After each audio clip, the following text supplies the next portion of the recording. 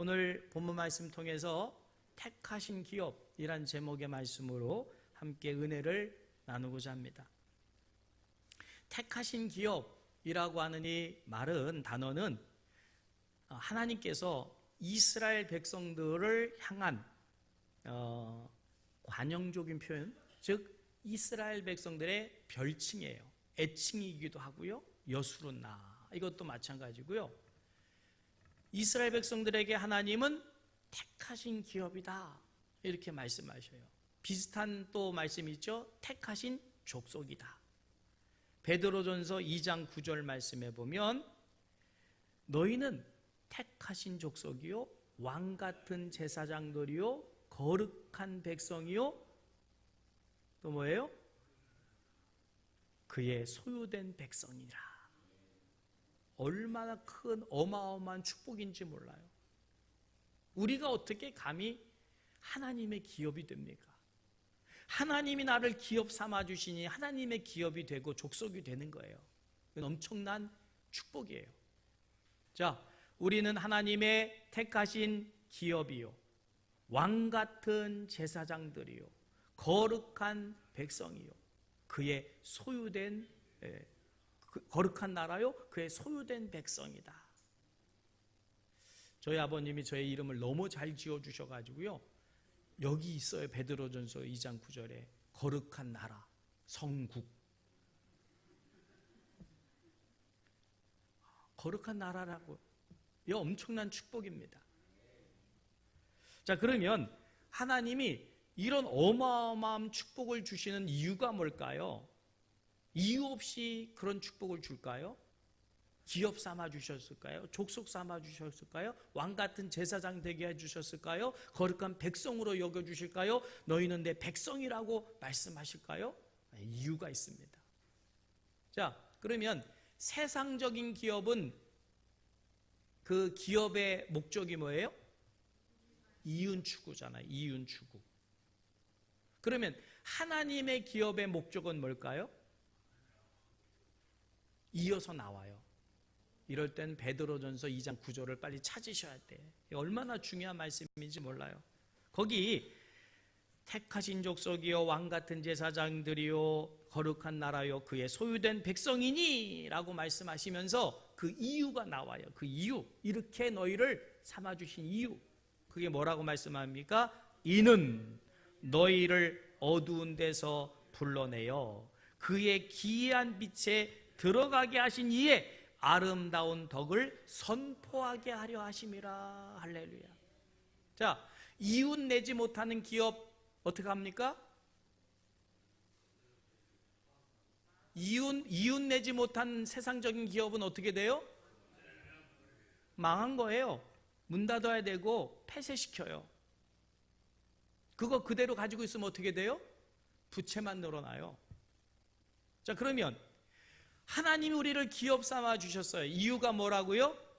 하나님의 아름다운 덕을 선포하게 하심인데, 우리가 하나님의 아름다운 덕을 선포하지 못하면 어떻게 될까요? 그 기업은 폐쇄당하기 전에 하나님의 아름다운 덕을 선전하시기를 주님의 이름 축복합니다. 그것 때문에 택하신 족속이 됐고 왕같은 제사장이 됐고 거룩한 나라가 됐고 그의 소유된 백성이 됐는데, 그렇게 여겨졌는데 하나님의 기업이 아름다운 덕을 선전하지 못하면 하나님이 그 기업을 놔둡니까? 없애버리셔요.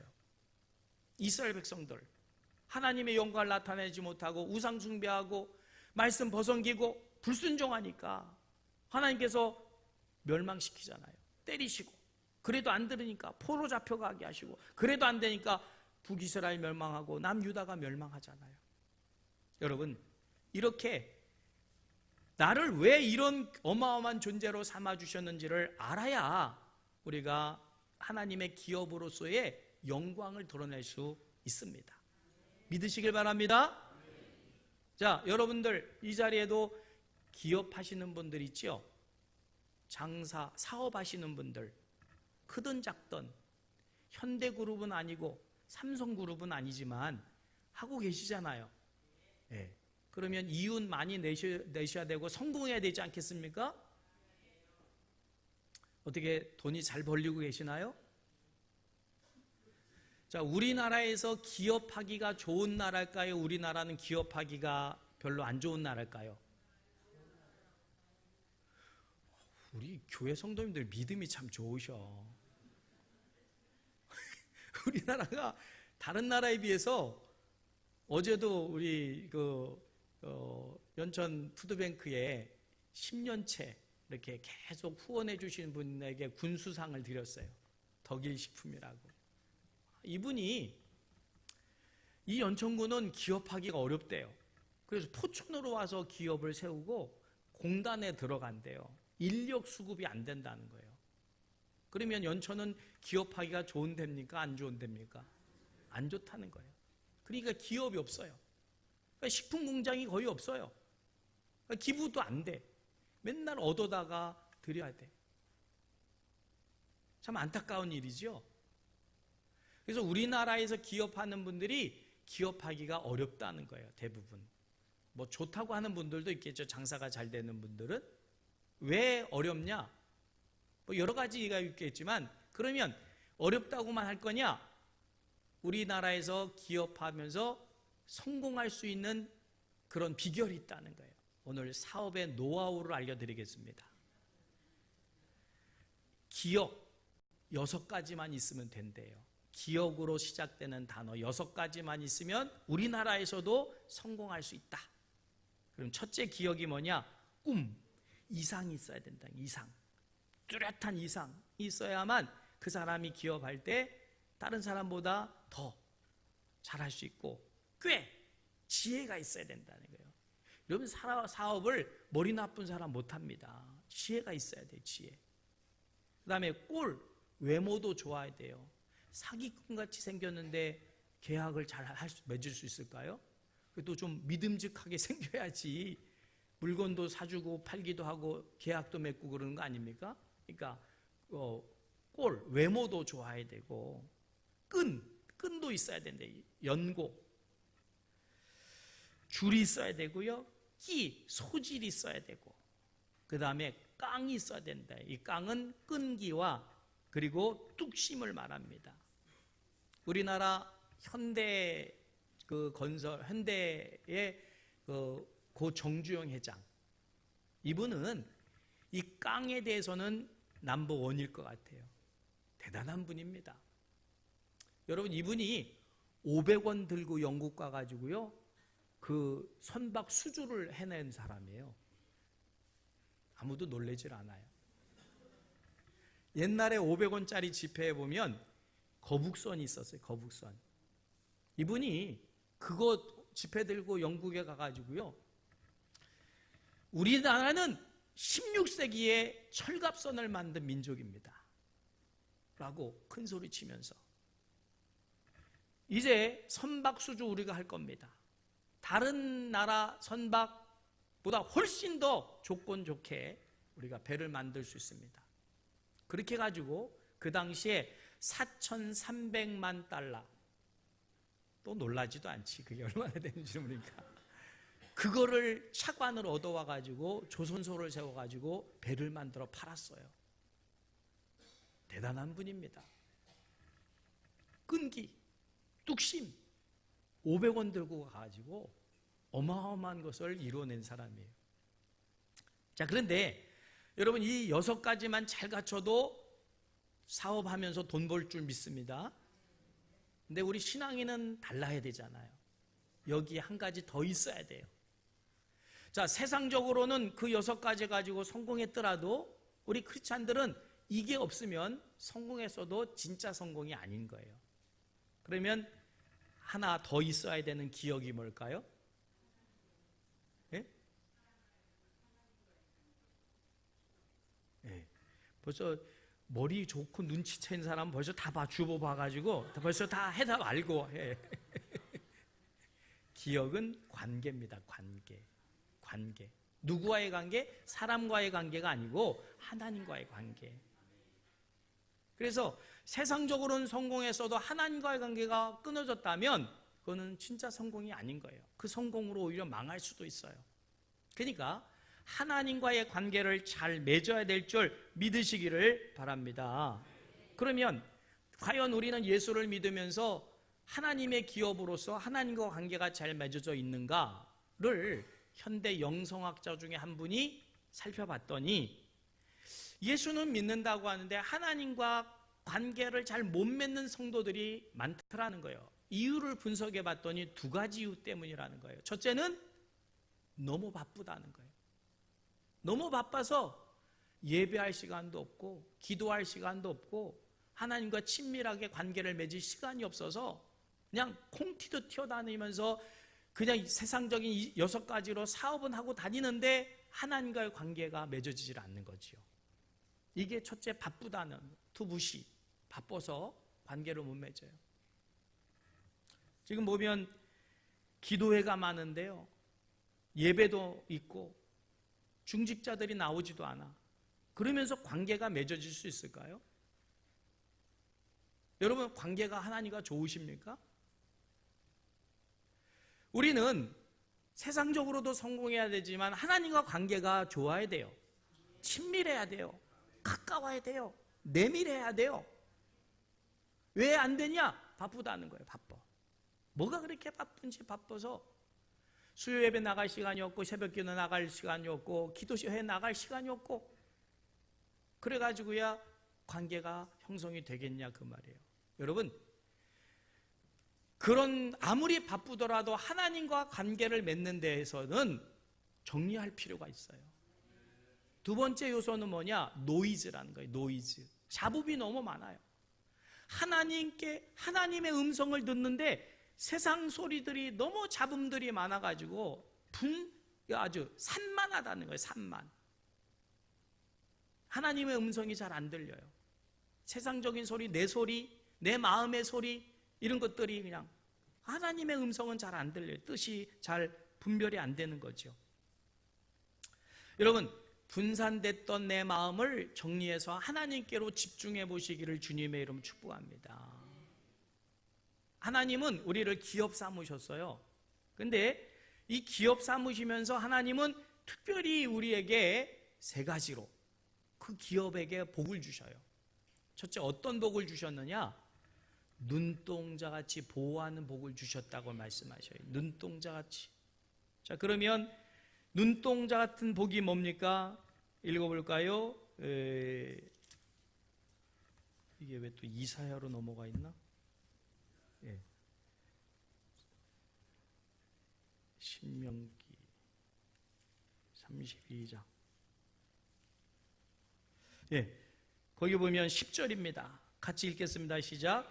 여호와께서 그를 황무지에서 짐승이 부르짖는 광야에서 만나시고 호위하시며 보호하시며 자기의 눈동자같이 지키셨도다. 아멘.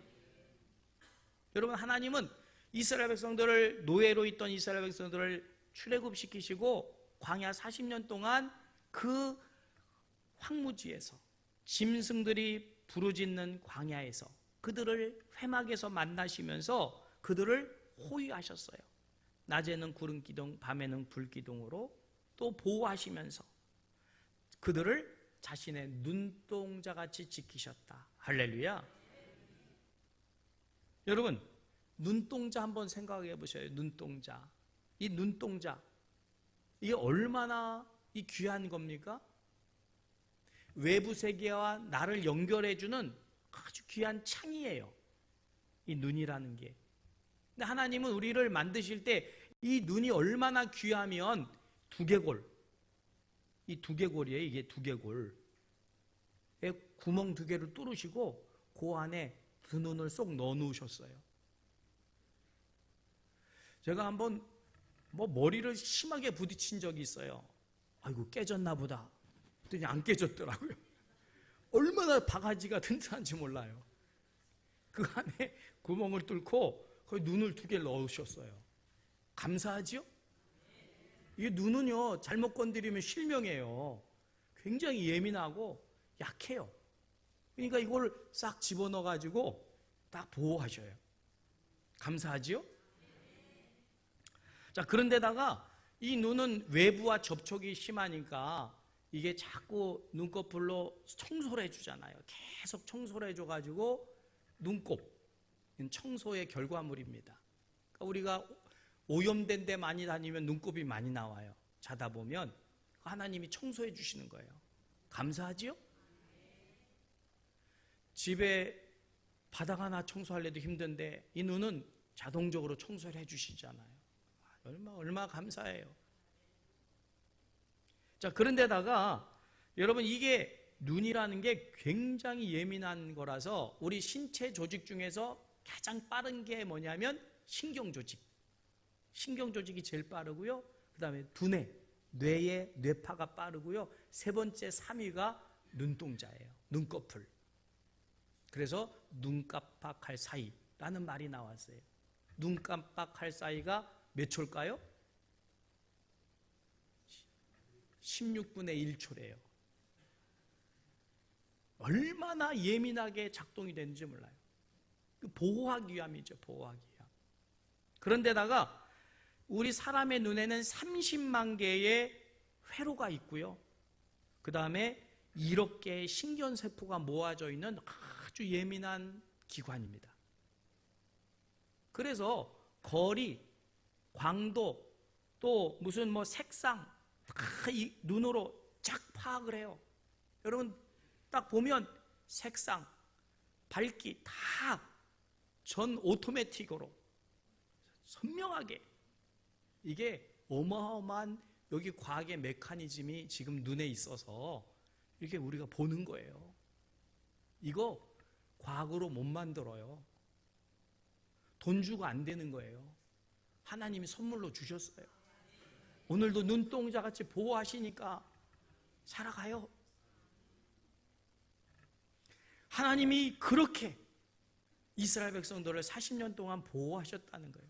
근데 이스라엘 백성들만입니까? 우리도 할렐루야, 눈동자같이 지키시겠다. 얼마나 감사한 일입니까? 내가 하나님의 기업이 됐다는 것이, 택하신 기업이 됐다는 것이 이런 보장이 있는 거예요. 할렐루야. 그러니 얼마나 감사해요. 여러분, 이거 이거 조금만 아파봐요. 병원 찾아야 되고요, 돈 들어가고요, 얼마나 고통스러운지 몰라요. 하나님이 이걸 완전 자동으로 해가지고 이거 얼마나 감사하게 쓰고 있습니까? 그러니 내가 너를 눈동자같이 지키시겠다고 하는 하나님의 기업이 됐다는 것에 감사하시기를 주님의 이름으로 축복합니다. 근데 눈동자와는 또 정반대로 독수리 새끼같이 그렇게 했다는 거예요. 정반대의 개념일 수 있어요. 그러면 독수리가 어떻게 했느냐? 11절 말씀 같이 읽겠습니다. 시작. 마치 독수리가 자기 복음 어지럽히게 하며 자기의 새끼 위에 너풀거리며 그의 날개를 펴서 새끼를 받으며 그의 날개 위에 그것을 엎는 것 같이 그랬어요. 이 말씀을 이해하려면 독수리의 생태를 좀 알아야 된대요. 생태.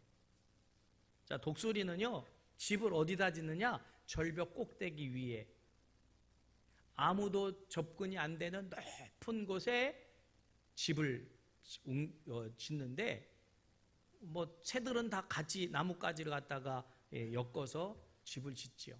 그리고는 자기 털을 뽑아가지고 그걸 다 깝니다.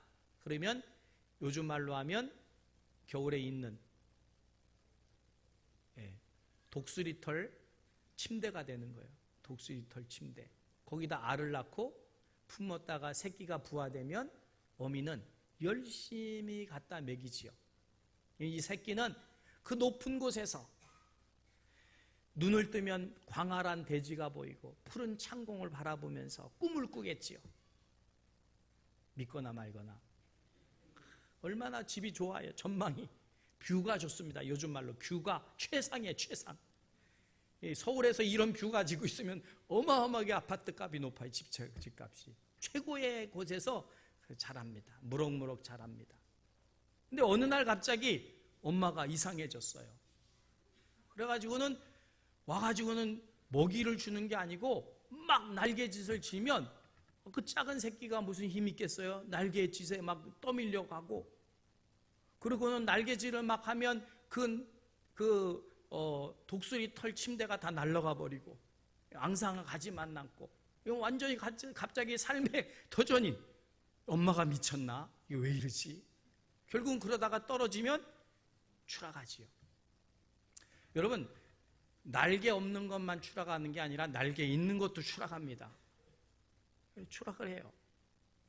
땅에 떨어지기 일부 직전에 어미는 지켜보고 있다가 쏜살같이 내려와서 그걸 등으로 받아가지고 다시 올려다 놓고, 얼마 지나면 또 떨궈서 또 내려온 거 또 받아 올리고. 왜 그랬다고요? 독수리 되게 하는 훈련입니다. 독수리 되게 하는. 여러분, 광야 40년 동안 하나님이 눈동자같이 지키시긴 지키셨지만 목마를 때 있었죠. 목마름. 물론 반석을 터뜨려서 해갈해 주셨지만 목마름 겪었어요. 배고픔 겪었어요. 그러나 목말라 죽은 사람 없고요, 배고파 죽은 사람 없잖아요. 그러면 그 목마름과 배고픔, 이게 다 뭡니까? 연단이에요. 훈련이에요. 독수리가 새끼를 훈련시키듯 하나님 백성의 훈련입니다. 하나님을 신뢰하고 하나님 말씀을 따르고 하는 훈련이지요. 추위, 더위, 광야에 거친 이 모든 것들이 훈련입니다. 이스라엘 백성들은 왜 이러십니까? 왜 이러려고 데리고 나왔습니까? 애굽에 매장지가 없어서 우리를 이곳에 데리고 나서 매장시킵니까? 그러면서 애굽으로 돌아가겠다고 하잖아요. 근데 하나님은 안 돌려보십니다. 그리고는 연단시켜요. 하나님 백성의 연단이에요. 독수리 새끼를 연단시키듯. 그러니까 연단받을 때는 몰라요. 왜 우리를 이곳까지 데려와서 이 고생을 시키냐? 원망불평하지요. 그럴수록 훈련 기간이 길어집니다. 40년이 됐어요. 자, 여러분, 욥, 얼마나 인생의 고통을 경험했던, 훈련을 받았던 사람이에요. 그도 욥기를 보세요. 거의 끝날 때까지 뜻을 모를 때는 괴로움만, 내가 왜 이 고통을 겪어야 되는지. 그러다가 마지막에 깨닫잖아요. 깨달을 때 뭐라고 얘기합니까? 나의 갈 길을 오직 그가 아시나니, 그가 나를 단련하신 후에는 내가 정금같이 나오리라. 이것 때문이구나. 정금같이 되게 하시려고. 여러분, 하나님이 우리를 눈동자 지켜주시냐, 때로 우리가 눈물을 흘리게 되고 고통하게 되고 신음하게 되고 아파가게 되고 외롭게 될 때는 우리가 미워서가 아니라 우리를 연단시키는 과정인 줄 믿으시길 바랍니다. 그로 인해서 어떻게 한다고요? 베드로전서 1장 27절에 보면 예수 그리스도에 나타나실 때 칭찬과 영광과 존귀를 얻게 하려 함이라. 할렐루야. 이것 때문에 잠깐 고난을 겪게 하시는 거예요. 여러분, 고난은 쓸모없는 고난이 아닙니다. 예수 그리스도에 나타나실 때 칭찬과 영광과 존귀를 얻으려면 훈련 받아야 돼요. 우리 연천이 군사지역 아닙니까? 사병 훈련 받으면 사병 되고, 준사관 훈련 받으면 준사관 되고, 장교 훈련 받으면 장교가 되는 것처럼 하나님이 시키시는 연단을, 훈련을 받으면 하나님 백성 되는 거예요. 아멘? 그러면 영광과 칭찬과 존귀를 얻는 거예요. 믿으시길 바랍니다. 그래서 더 큰 풍성한 은혜를 체험케 하시기 위함이다. 믿으시길 바랍니다. 그러면 훈련을 어렵다고 힘들다고 거부할 게 아니라 통과해서 인정받는 우리가 되어야 될 줄 믿습니다. 세 번째로, 택하신 기업을 어떻게 하셨다고요? 인도하신 하나님이셨다라고 하는 거예요. 그래서 12절 말씀 같이 읽을까요? 여호와께서 홀로 그를 인도하시고 그와 함께한 다른 신이 없었도다. 출애굽부터 광야, 가나안까지 어마어마한 그 여정에 오직 하나님만 역사하셨어요. 다른 게 없었어요. 근데 이스라엘 백성들은 다른 신을 찾잖아요. 우상을 찾잖아요. 여러분, 하나님만이 참 하나님이신 줄 믿으시기를 주님의 이름으로 축복합니다. 그래서 하나님의 말씀이 중요하고 하나님의 말씀에 순종하는 게 중요해요. 그러면 결국은 어떻게 됩니까? 13절 말씀, 14절 같이 읽겠습니다. 여호와께서 그가 땅의 높은 곳을 타고 다니게 하시며 밭의 소산을 먹게 하시며 반석에서 꿀을 굳은 반석에서 기름을 빨게 하시며 소의 엉긴 젖과 양의 젖과 어린 양의 기름과 바산에서 난 수양과 염소와 지극히 아름다운 밀을 먹이시며 또 포도즙의 붉은 술을 마시게 하셨도다. 아멘. 이것 때문입니다. 여러분, 하나님은 우리를 고통을 줘서 즐기는 분이 아니라 이 엄청난 축복을 누리게 하시려고 그 자격을 얻게 하시는 것이 광야 생활임에, 여러분 이 광야 생활을 믿음으로 순종함으로 잘 통과하시기를 주님의 이름으로 축복합니다. 빌리 그레함 목사님, 우리나라에 와서도 집회하고 어마어마한 부흥의 역할을 하셨던 분인데, 이분이 늘 같이 동행하는 여자분이 한 분 계신데 한국인이래요. 이름이 누구냐? 킴 웍스라고 하는 분인데, 이분은 시각장애우입니다. 6.25 한국 6.25 전쟁 때 실명을 했어요. 그런데 고아원에 버려져서 자라다가 미국 중사에 의해서 미국으로 입양이 되어지고, 인디아나 주립대학에서 공부를 하고 오스트리아로 유학을 가가지고 성악을 하고 성악가게 됐어요. 근데 그런 그런 과정 속에서 이 여인은 예수님을 믿게 되었고, 자신이 왜 시각장애우가 됐는지를 알게 됐어요. 하나님의 선하시는 계획을 알게 될 때 그는 자신을 향한 하나님의 사랑을 깨닫고 간증하는 간증인이 됐어요. 찬양을 하고 간증을 합니다. 빌리그람 집회에 가서 어떤 간증을 하느냐, 사람들이 시각장애우 장님인 자기를 인도할 때 5m, 10m 앞을 안 가르쳐 준대요. 딱 한 걸음 앞 계단이 있습니다, 물웅덩이가 있습니다, 움푹 꺼졌습니다, 알려준다는 거예요. 그러면 자기는 그 자기에게 말해주는 사람의 말을 100% 믿어야 된다는 거예요. 계단이 있습니다. 그러면 어떻게 행동을 취해야 될까요? 계단이 있는 것처럼 하지 않으면 이렇게 넘어지겠지요. 한번 시각장애우 체험을 해볼까요? 물웅덩이가 있습니다. 뛰어야 됩니까? 멈춰야 됩니까? 멈춰야 되는 거죠. 그런데 못 믿겠어. 그렇다고 내디디면 물에 빠지겠죠. 그런데 자기가 시각장애우가 돼가지고 살아가는데 자기를 인도해 주는 사람이 딱 한 걸음 앞밖에 얘기를 안 해준다는 거예요.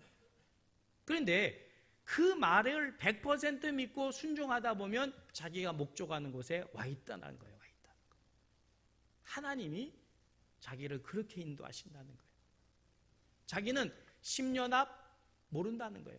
20년 앞 더더욱 모르고, 알고자 하지도 않고, 단지 하나, 오늘 성령께서 내게 하시는 말씀만 순종한다는 거예요. 오늘 성령 하나님이 너 이렇게 해라 하면 예, 그리고 순종한다는 거죠. 그랬더니 하나님이 나의 내일을 인도하셨고 내 인생을 오늘까지 인도하셨습니다. 하나님 우리를 인도하셔요. 여러분, 중요한 것은 10년 앞을 내다보고 20년 앞을 아는 게 중요한 게 아니라 오늘 성령의 세미한 음성에 아멘으로 순종하는 게 중요해요. 성령님을 신뢰하십니까? 그분은 실수가 없으신 분입니다. 내디리라면 내딛고 멈추라면 멈추면 됩니다. 못 믿겠다고 한 걸음 더 나가면 보장이 안 돼요. 여러분, 하나님 우리를 인도하셔요. 오늘 이 시간 성령께서 여러분을 감동하셔요. 그 감동을 소멸하지 마세요. 내 생각 앞세우고 내 지식 경험 앞세우지 말고 성령께서 답답하지만 한 걸음씩 한 걸음씩 인도하시는 그 인도 따라가면 어느 날 땅끝에 이르러 오시는 주님 영접하며 영생복락 누리게 될 줄 믿으시기를 주님의 이름으로 축복합니다.